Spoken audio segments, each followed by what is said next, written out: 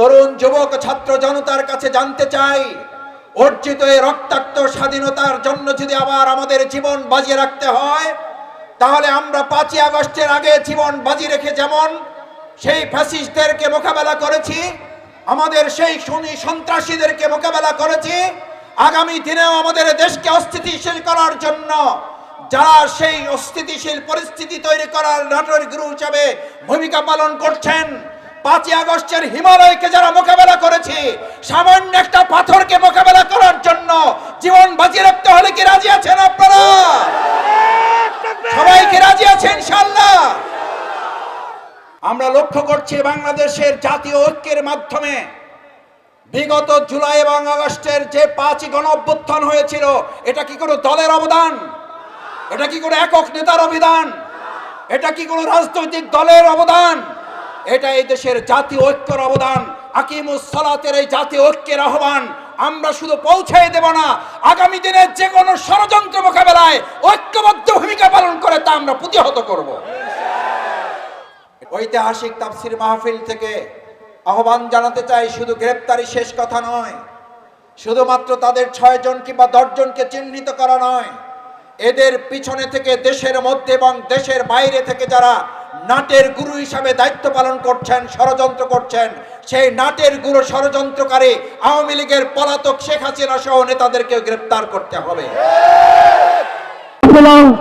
বাংলাদেশ ইসলামী ছাত্র শিবিরের মোহতারাম সম্মানিত সাবেক কেন্দ্রীয় সভাপতি ও বাংলাদেশ জামাত ইসলামী ঢাকা মহানগরী দক্ষিণের সম্মানিত মোহতারাম secretary general doctor Shafiqul Islam Masud সাহেব হাফিজাহুল্লাহ এবং চেয়ারম্যান বাউফল ফাউন্ডেশন। আসসালামু আলাইকুম ওয়া রাহমাতুল্লাহি ওয়া বারাকাতুহু।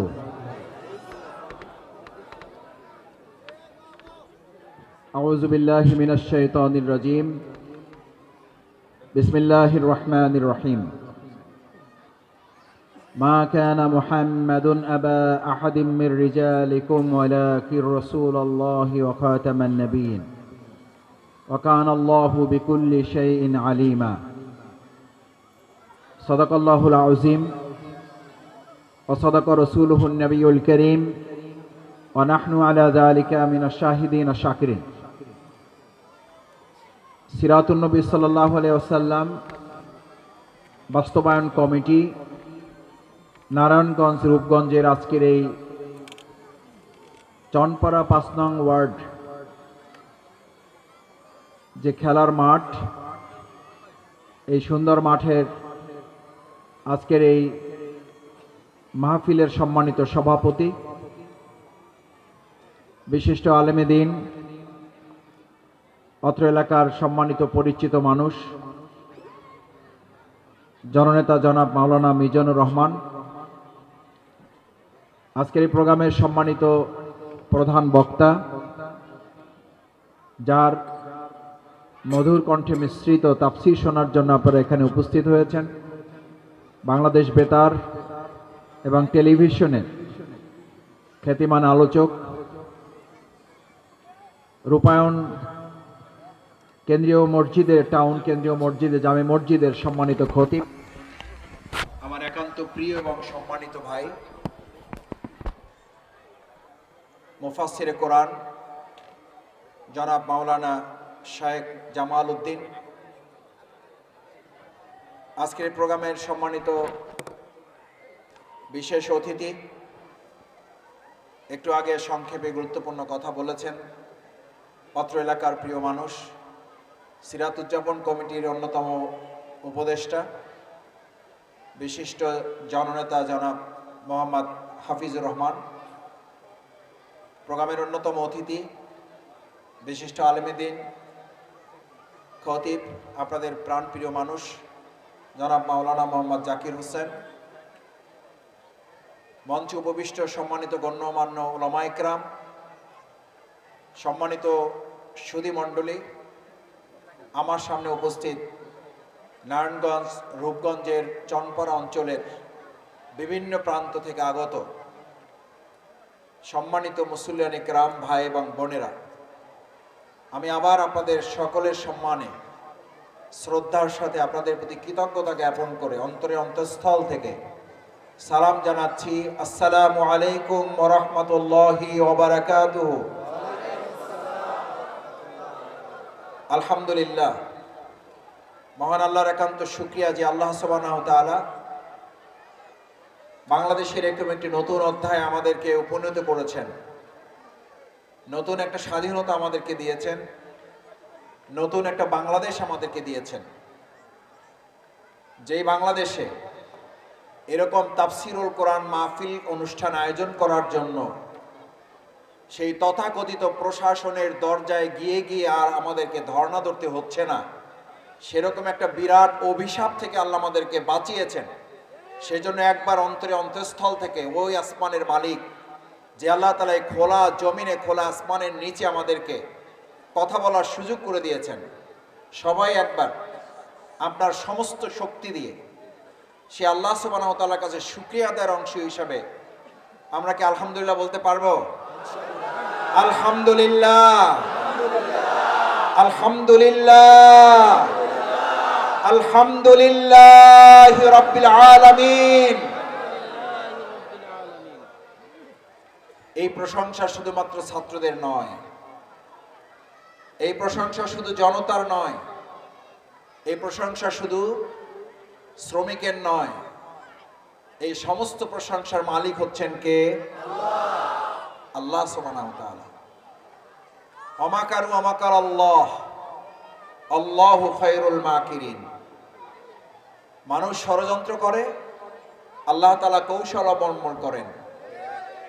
ষড়যন্ত্র নস্যাৎ করে দিয়ে কৌশলকে বিজয় করার মালিক কে?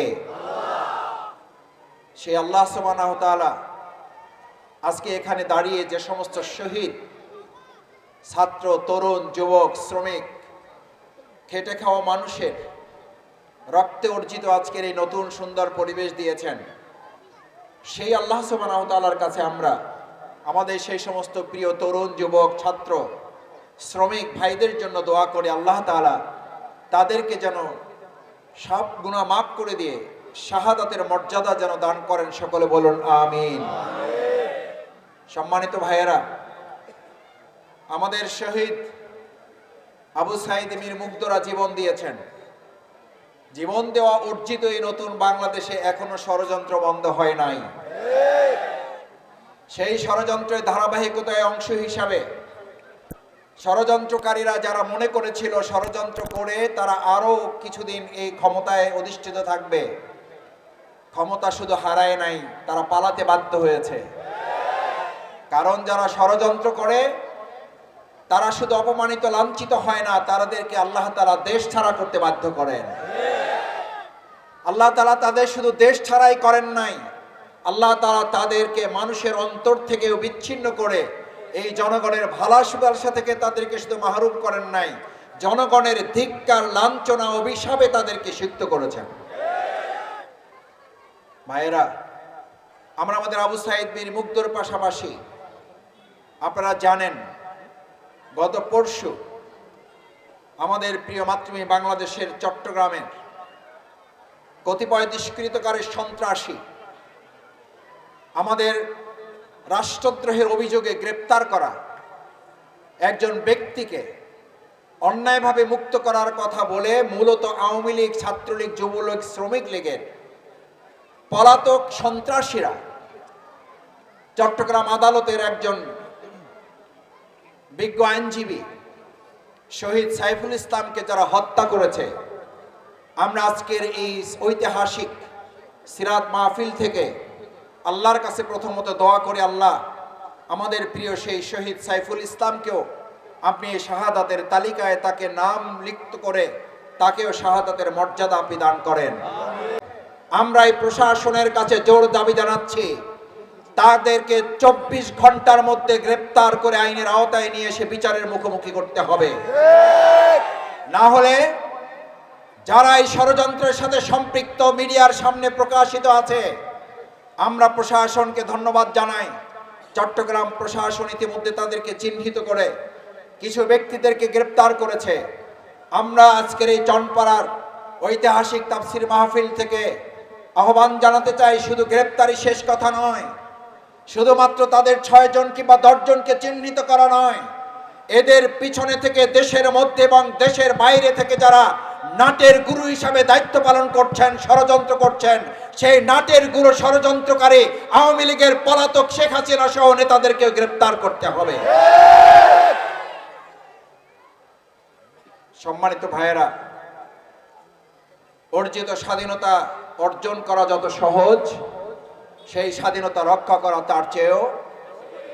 আমি আজ চনপাড়ার এই সমস্ত মুসলিয়ান একরামদের কাছে জানতে চাই, আমার ব্যবসায়ী নেতৃবৃন্দদের কাছে জানতে চাই, তরুণ যুবক ছাত্র জনতার কাছে জানতে চাই, অর্জিত এই রক্তাক্ত স্বাধীনতার জন্য যদি আবার আমাদের জীবন বাজি রাখতে হয়, তাহলে আমরা 5ই আগস্টের আগে জীবন বাজি রেখে যেমন সেই ফ্যাসিস্টদেরকে মোকাবেলা করেছি, আমাদের সেই সুন্নি সন্ত্রাসীদেরকে মোকাবেলা করেছি, আগামী দিনেও আমাদের দেশকে অস্থিতিশীল করার জন্য যারা সেই অস্থিতিশীল পরিস্থিতি তৈরি করার নাটের গুরু হিসাবে ভূমিকা পালন করছেন, 5ই আগস্টের হিমালয়কে যারা মোকাবেলা করেছি, সামান্য একটা পাথরকে মোকাবেলা করার জন্য জীবন বাজি রাখতে হলে কি রাজি আছেন আপনারা?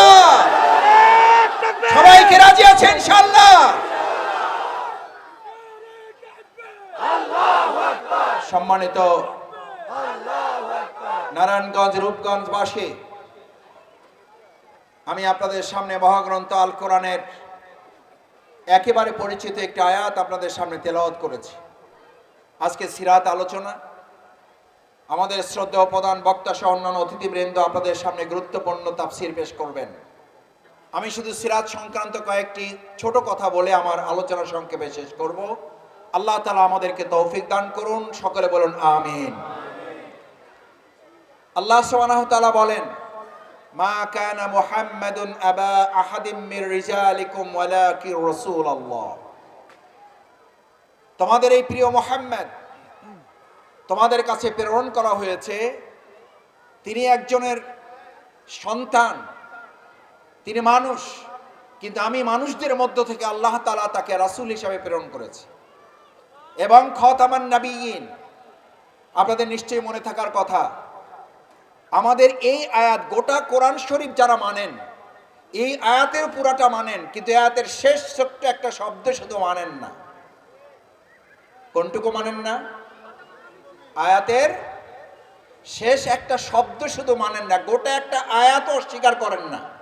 তারা এইটুকু পর্যন্ত স্বীকার করেন, মা কানা মুহাম্মাদুন আবা আহাদিম মির রিজালিকুম ওয়ালাকিন রাসূলুল্লাহ। এই পর্যন্ত তারা কি করেন? মানেন, কিন্তু পরের শুধু একটা অংশ খাতামান নাবিয়্যিন, এইটুকু তারা মানেন না। তারা মুসলিম না অমুসলিম? আরো জোরে শুনতে চাই, তারা মুসলিম না অমুসলিম?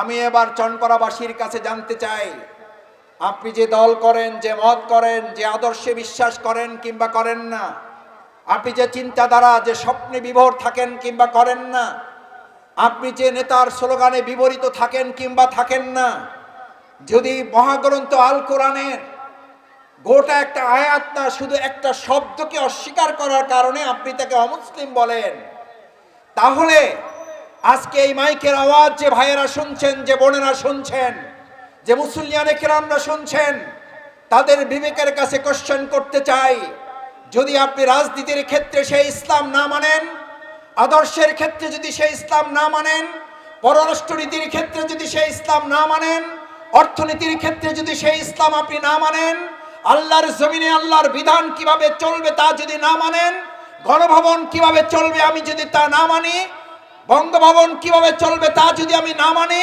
সংসদ ভবন আল্লাহর দেয়া বিধান অনুযায়ী কিভাবে চলবে তা যদি আমি না মানি, সংস্কৃতি কিভাবে চলবে আল্লাহর দেয়া বিধান অনুযায়ী যদি আমি না মানি, তাহলে একটা শব্দ স্বীকার করলে যদি অমুসলিম হয়ে যায়, আল্লাহর দেওয়া একটা বিধান লঙ্ঘন করলে সে কি মুসলিম থাকবে না মুসলিম হয়ে যাবে? এবার তাহলে আরেকটু গভীরে যাই। সালাতুল ইশা হয়েছে না হয় নাই? আমাদের আলহামদুলিল্লাহ হয়েছে। এশার নামাজে আমরা দুরূদ শরীফ পড়ি নাই তো, আজকে কেউ ভুলে গেছিলেন? সবাই পড়ছেন? কি পড়ছেন? আল্লাহুম্মা সাল্লি আলা সাইয়্যিদিনা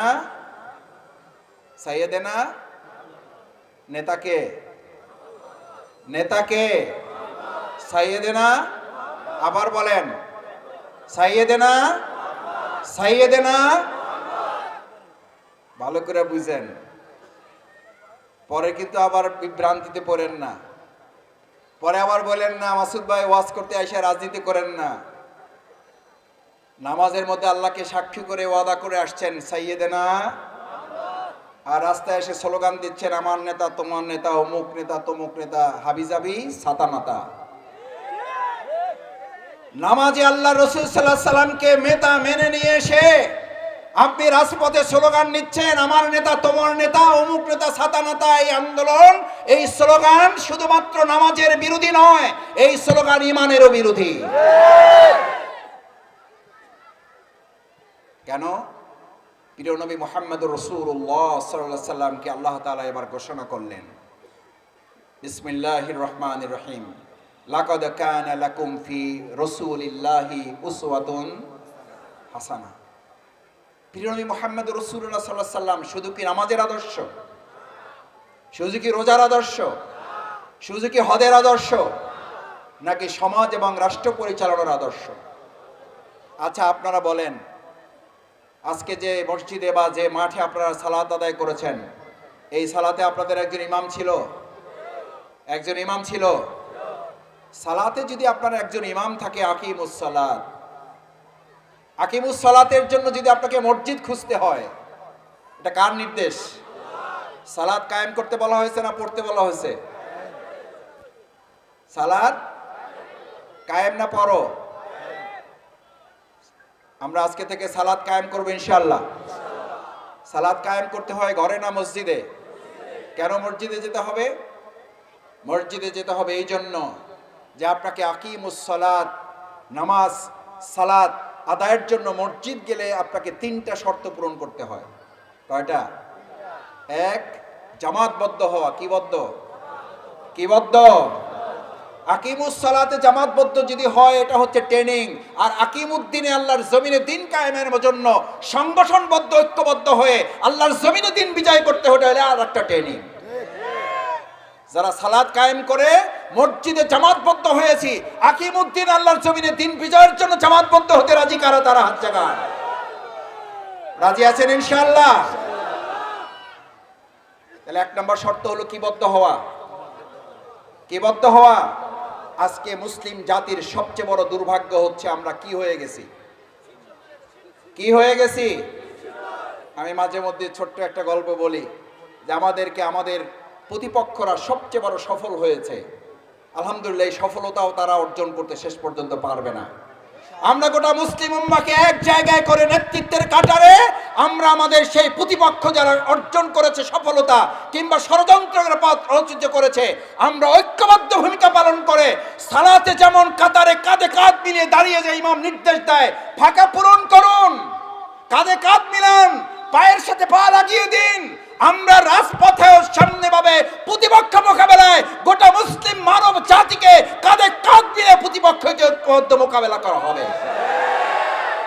এটা সালাতের গুরুত্বপূর্ণ ট্রেনিং, জামাতবদ্ধ হওয়া। কেন?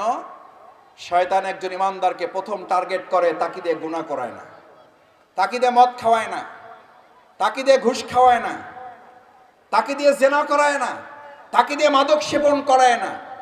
একজন মুসলিমের প্রতি শয়তানের ইবলিসের প্রথম টার্গেট হলো ওকে দল থেকে কি করে ফেলা। কারণ বিচ্ছিন্ন করে ফেলতে পারলে এরপরের গুনাহগুলো সে নিজেই করবে, তাতে আর কোনো সন্দেহ নাই।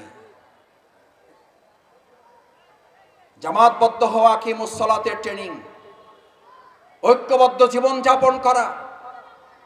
আমরা লক্ষ্য করছি বাংলাদেশের জাতীয় ঐক্যের মাধ্যমে বিগত জুলাই এবং আগস্টের যে 5ই গণঅভ্যুত্থান হয়েছিল, এটা কি কোনো দলের অবদান? এটা কি কোনো একক নেতার অবদান? এটা কি কোনো রাজনৈতিক দলের অবদান? এটা এই দেশের জাতীয় ঐক্যের অবদান। আকিমুস সালাতের এই জাতীয় ঐক্যের আহ্বান আমরা শুধু পৌঁছে দেব না, আগামী দিনে যে কোনো ষড়যন্ত্র মোকাবেলায় ঐক্যবদ্ধ ভূমিকা পালন করে তা আমরা প্রতিহত করব। এটা কিসের ট্রেনিং? কিসের ট্রেনিং? সালাতের ট্রেনিং। এটা রাসূল সাল্লাল্লাহু আলাইহি সাল্লামের সুন্নাহ পদ্ধতি। আকিমুস সালাত, প্রতিদিন 5 ওয়াক্ত সালাতে আপনাকে ট্রেনিং দেওয়া হয়। ঐক্যবদ্ধ জীবন যাপন করুন।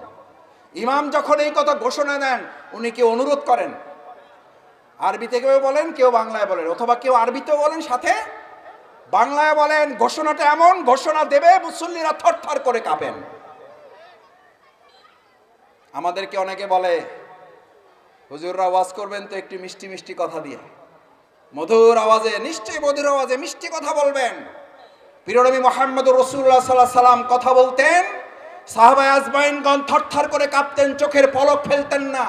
তিনি কথা বলতেন সেনাবাহিনীর কোনো সদস্য হিসাবে না, তিনি খুতবা দিতেন, তিনি বক্তব্য দিতেন, ভাষণ দিতেন সেনাবাহিনীর একজন সেনাপতির দায়িত্ব নিয়ে। কারণ আমাদের প্রিয়নবী রাসূল করিম সাল্লাল্লাহু আলাইহি সাল্লাম শুধু মসজিদে কিংবা মাঠে আকিমুস সালাতের নেতা ছিলেন না, তিনি এই সমস্ত ষড়যন্ত্র মোকাবেলায় জাতীয় ঐক্য গড়ে তুলে সেখানকার তিনি মহান নেতার দায়িত্ব পালন করেছেন। আকিমুস সালাত রাসূল সাল্লাল্লাহু আলাইহি ওয়াসাল্লামের আদর্শ। আজ আমাদের প্রিয় মাতৃভূমি বাংলাদেশকে নিয়ে ওই যে বললাম ষড়যন্ত্রটা কি, আমাদেরকে কাকড়ার জাতি, কি জাতি, কি জাতি, কাকড়ার জাতি বুঝেন, মুসলিম উম্মাহকে কাকড়ার জাতিতে পরিণত করেছে।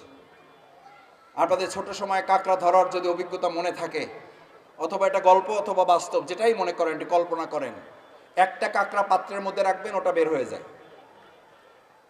20-25টা কাকড়া পাত্রের মধ্যে রাখবেন, ওটা ঢাকার দরকার হয় না। কেন ঢাকার দরকার হয় না?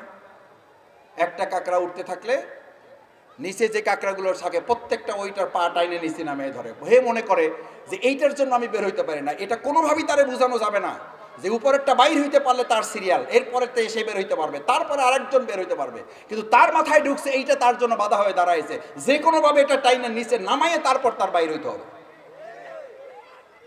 অত্যন্ত দুর্ভাগ্যজনক ভাবে বাংলাদেশের উন্নতি অগ্রগতি, বিশেষ করে মুসলিম উম্মার কল্যাণ এবং অগ্রগতি উন্নতি যারা সহ্য করতে পারে না, আমাদের মধ্যে ছোট ছোট ইস্যু তৈরি করে কাকড়ার জাতি পরিণত করে আমাদের প্রতিপক্ষ সফল হতে চায়। আমরা কাকড়ার জাতি থেকে মুসলিম জাতিতে পরিণত হয়ে তাদের ষড়যন্ত্রকে ব্যর্থ করে দেব। কথায় কথায় আমাদের মধ্যে বিভেদ তৈরি করার ষড়যন্ত্র যারা করেন, কান খুলে শুনে রাখুন। আমরা সালাতুল ইশা আকিমুস সালাতের হক আদায় করার জন্য যেমন এক কাতারে দাঁড়িয়ে বুনিয়ানুম মারসুস সাফান কান্নাহুম বুনিয়ানুম মারসুস, সীসাডালা প্রাচীর মতো দাঁড়িয়ে গেছি, ওই ফাঁকে যদি শয়তানও ঢোকে, ফাঁকা পূরণ করতে বলা হয়েছে কিসের জন্য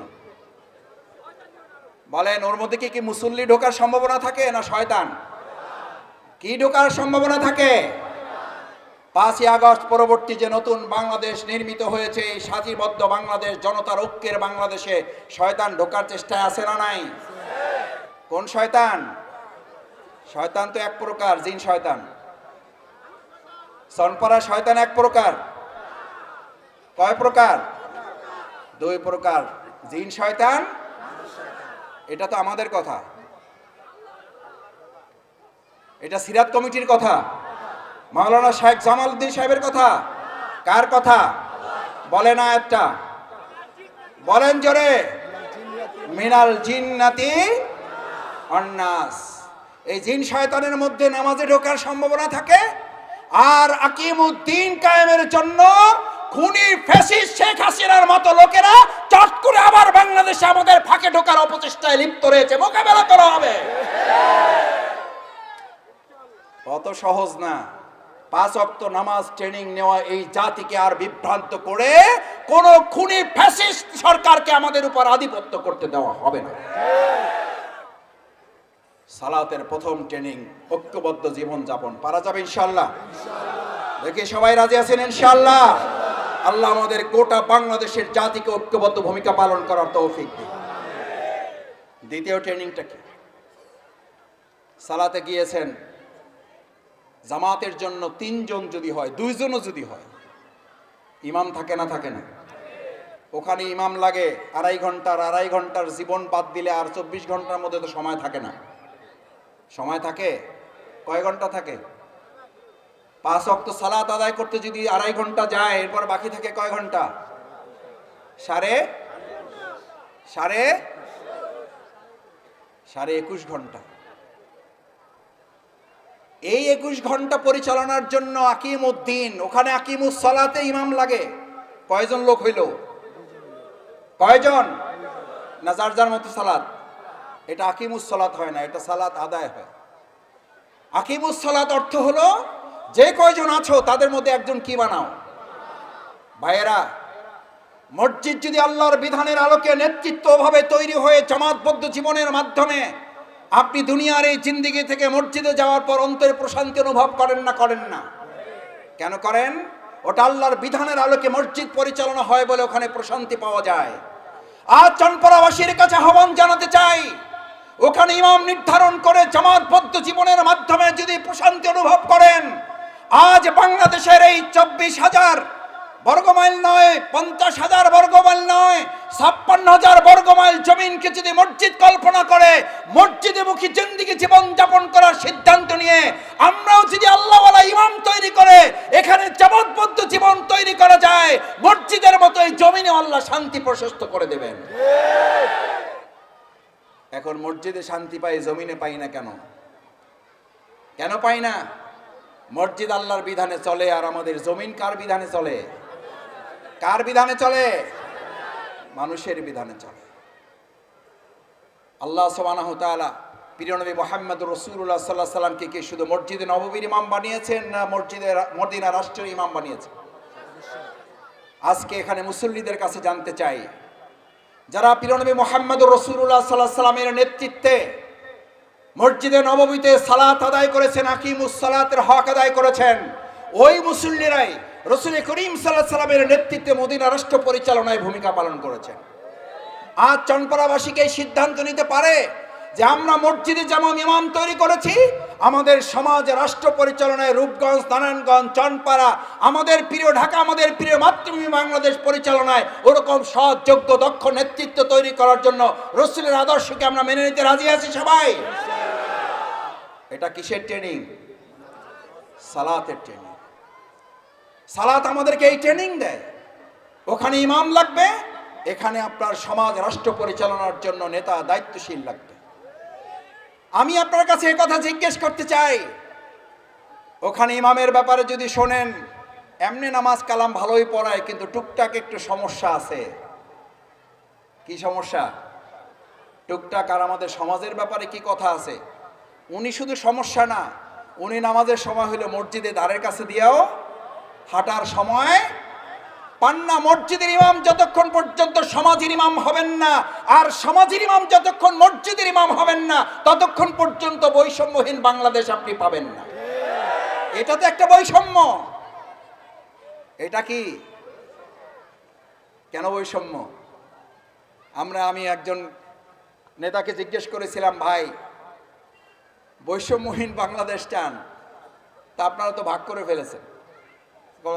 বুঝলাম না। আমি বললাম, বুঝবেন না কেন? সহজ কথা, এটা তো বৈষম্য যে যারা সমাজের নেতা তাদেরকে মসজিদের নেতা মানতে চান না, মসজিদের ইমাম মানতে চান না। আবার মসজিদের ইমাম সমাজের নেতাগিরি করতে আসলে কয় যে উনি মসজিদই ঠিক আছে, সমাজে উনি নাক না গলাইলে ভালো। আবার সমাজের নেতা যারা হেরা ইমামের নাক গলাইবে মানে কি? এ তো উজু ঠিক মতো করতে পারে কিনা সন্দেহ আছে, তাই মন করতে বলে কয় 7 ফরজ 4টা জানি আর বাকি 4টা আমি জানি না। আসলে ফরজ কয়টা? এই ইমাম দিয়ে শান্তি পাওয়া যাবে? এটা বৈষম্য দূর করতে হবে। যারা মসজিদের ইমাম হবে তারা কিসের ইমাম হবে?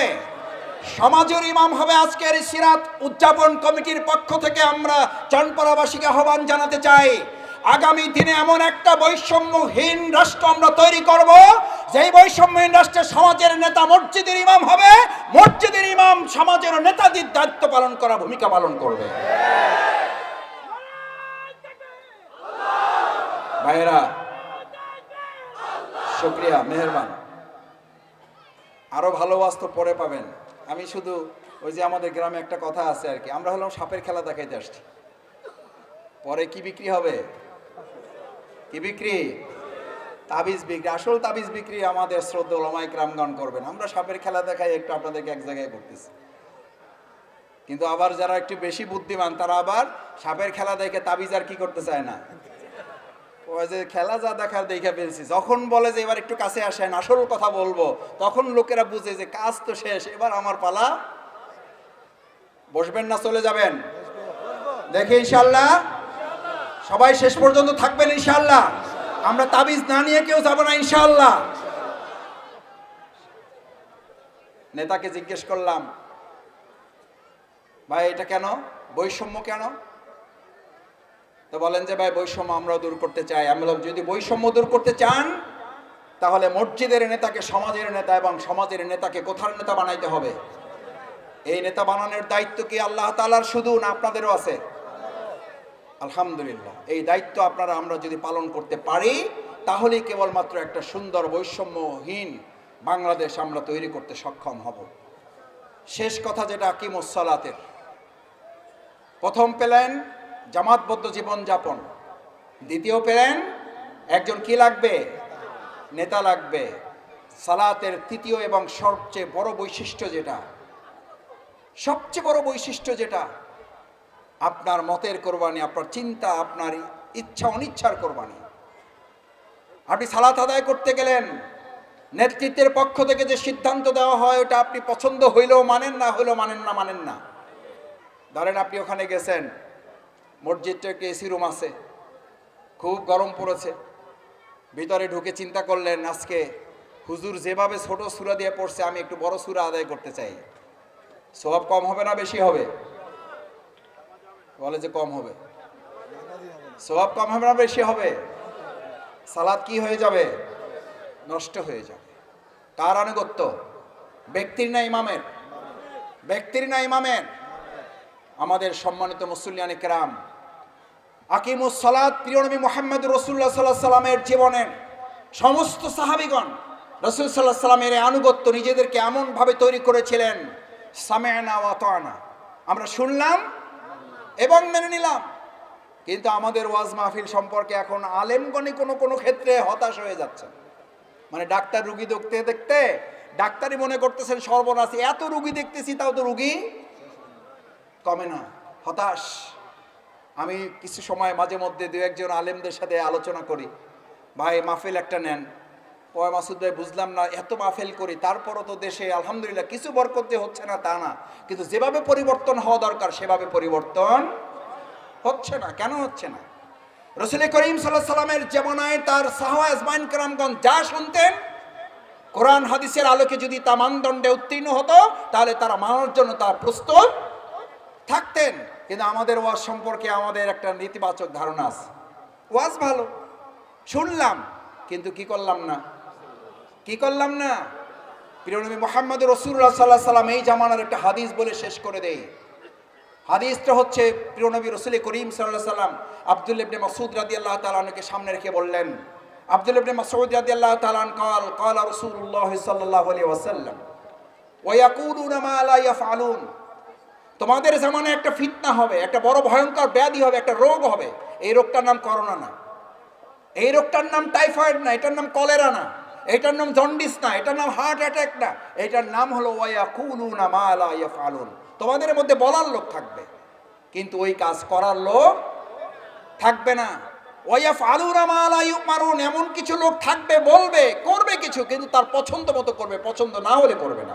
সালাত আমাদেরকে ট্রেনিং দেয়। রাসূল করিম সাল্লাল্লাহু আলাইহি সাল্লামের সাহাবা আজমাইন কেরামগণ যেভাবে নিজেদেরকে গড়ে তুলেছিলেন কোরআন এবং সুন্নাহর ভিত্তিতে হলে তিনি করবেন, কোরআন সুন্নাহর ভিত্তিতে না হলে যদি আমার বাবাও তা বলে, যদি আমার রাজনৈতিক নেতাও তা বলে, আমরা তা শুনতে বাধ্য নই।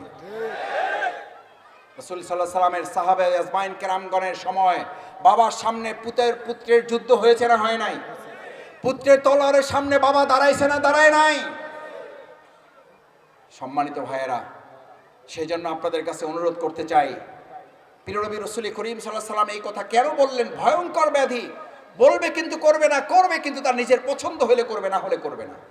আজকে আমাদের পুরো বাংলাদেশ যদি একদিকে থাকে, আমরা মহাগ্রন্থ আল কোরআন এবং রাসূল সাল্লাল্লাহু আলাইহি সাল্লামের আদর্শকে একদিকে রেখে জীবন গড়ার জন্য একটু সবাই রাজি আছি? দিকে হাত জাগান, সবাই রাজি আছেন ইনশাআল্লাহ? আল্লাহ আপনি আমাদেরকে কোরআন হাদিসের আলোকে পথ চলার তৌফিক দান করেন। আপনি আমাদেরকে কোরআনের জন্য গ্রহণ করেন, আল কোরআনের কর্মী হিসাবে গ্রহণ করেন, আমাদের কোরআনের জন্য জীবন বাজি রাখার তৌফিক দান করেন। আল্লাহ এই বাংলাদেশকে কোরআনের সংসদ হিসাবে কবুল করেন। আল্লাহ আগামী দিনে এই দেশকে ইনসাফের রাষ্ট্র হিসাবে কবুল করেন। শহীদের রক্তের এই বাংলাদেশ নিয়ে যেন আর কেউ ষড়যন্ত্র করতে না পারে, সেখান থেকে আপনি আমাদের হেফাজত করেন। সেই প্রত্যাশা ব্যক্ত করে আবারও আপনাদের সকলের কাছে দোয়া চেয়ে 2 দিন ব্যাপী এই সিরাতুন নবী সাল্লাল্লাহু আলাইহি ওয়াসাল্লাম মাহফিলের যারা আয়োজন করেছেন, সমস্ত আয়োজকবৃন্দ যারা এটার পিছনে সময় দিয়েছেন, শ্রম দিয়েছেন, অর্থ দিয়েছেন, মেধা দিয়েছেন, এবং বিশেষ করে আমাদের তরুণ যুবকেরা যারা ভূমিকা পালন করছে, আমি বিশ্বাস করি এই তরুণ যুবকদের হাত ধরেই আগামী দিনের বাংলাদেশ ইসলামের বাংলাদেশ হবে ইনশাআল্লাহ। সেই প্রত্যাশা ব্যক্ত করে আবারও সবাইকে ধন্যবাদ এবং কৃতজ্ঞতা জানিয়ে আমার কথা শেষ করছি। সুবহানাকাল্লাহুম্মা বিহামদিকা আশহাদু আল্লা ইলাহা ইল্লা আনতা আস্তাগফিরুকা ওয়া আতুবু ইলাইক। আসসালামু আলাইকুম ওয়া রাহমাতুল্লাহি ওয়া বারাকাতুহু।